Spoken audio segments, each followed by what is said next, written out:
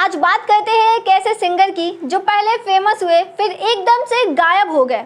ऐसा क्या हुआ उनके साथ कि हालात इतने बदतर हो गए कि लोगों ने नेगेटिव बातें करनी शुरू कर दी। जी हाँ, मैं बात कर रही हूँ यो हनी सिंह की। क्या है हनी सिंह के जीवन की अनसुनी कहानी, चलिए जानते हैं।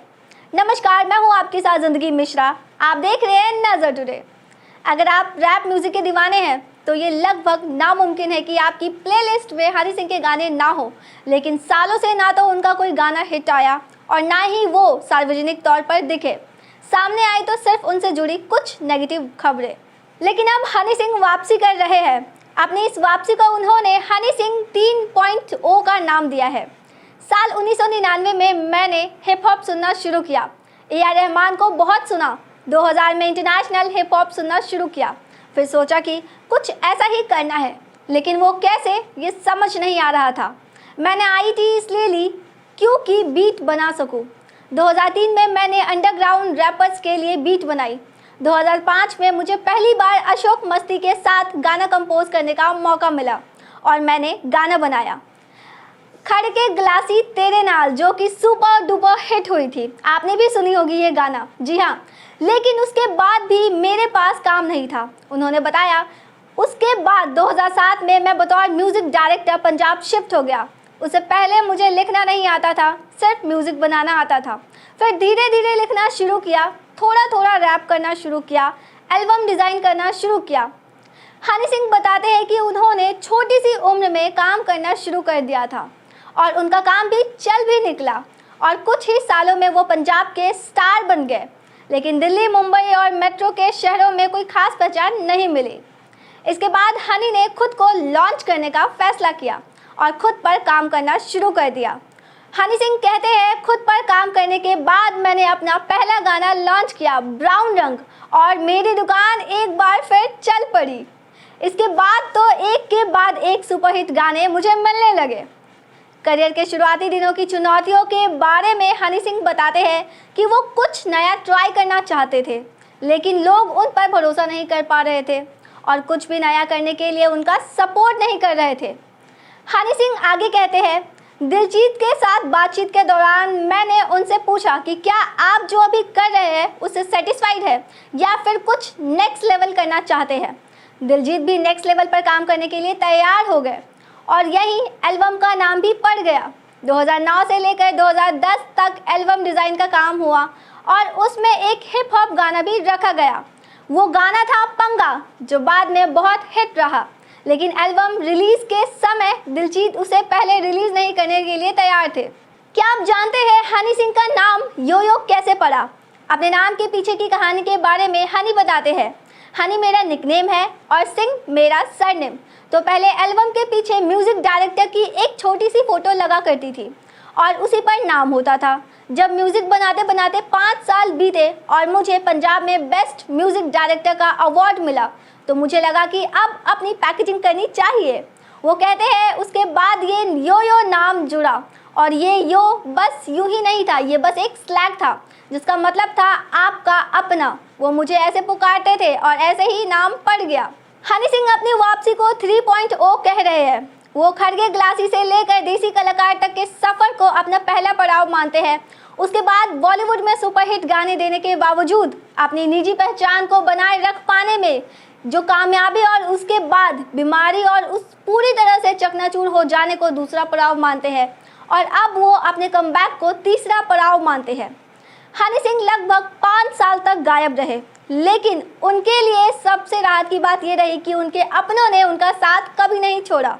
वो कहते हैं, 7 साल तक मेरे फैंस मेरे लिए खड़े रहे, उन्होंने ही मुझे पुश किया और शायद यही वजह है कि हनी सिंह 3.0 के बारे में मैंने सोचा।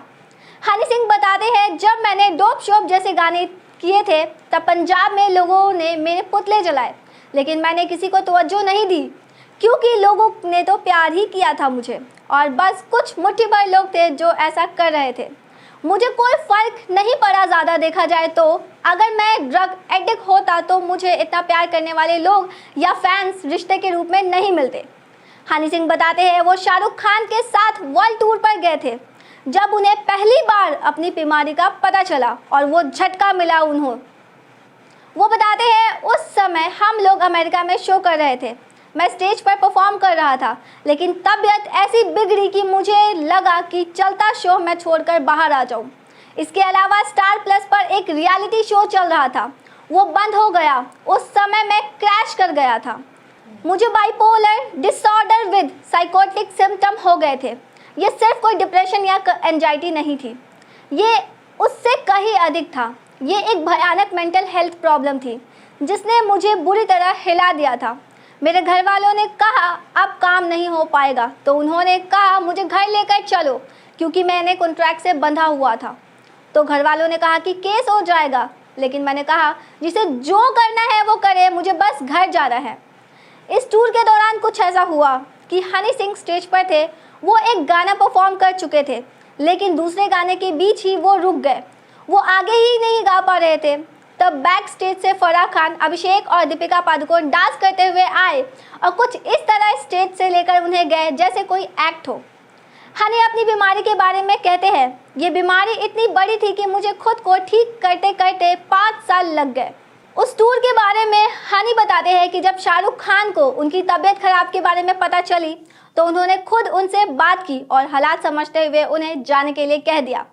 बीमारी के दिनों में हाल बताते हुए हनी कहते हैं, 5 सालों जो मैं बीमार रहा, मैंने 5 साल मोबाइल को हाथ तक नहीं लगाया।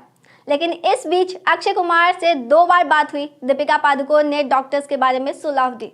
जी हाँ, हनी सिंह कहते हैं, लोगों ने मेरे बारे में कई तरह की बुरी बातें फैलाई, लेकिन किसी को सच्चाई नहीं पता थी।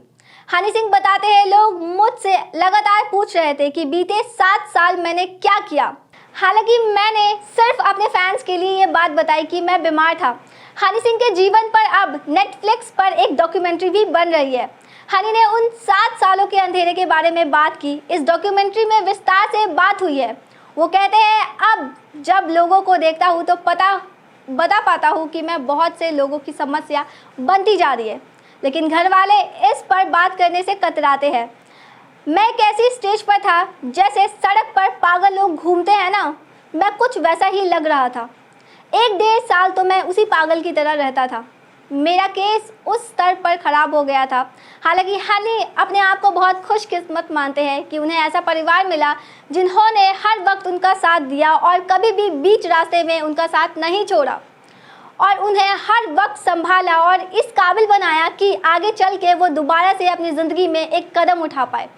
तो अगर आप हनी सिंह के फ़ैन हैं और आप उनकी ये कहानी जानते थे तो मुझे कमेंट बॉक्स में ज़रूर बताइएगा। लेकिन ये नज़र टुडे का स्पेशल प्रोग्राम है जहां मैं आपसे स्पोर्ट्स और बॉलीवुड की खबरों के लिए रूबरू होती हूं। तो अगर आपको ये वीडियो पसंद आया है तो लाइक करें, शेयर करें, सब्सक्राइब करें और ऐसे ही वीडियोज़ के लिए देखते रहें नज़र टुडे। धन्यवाद।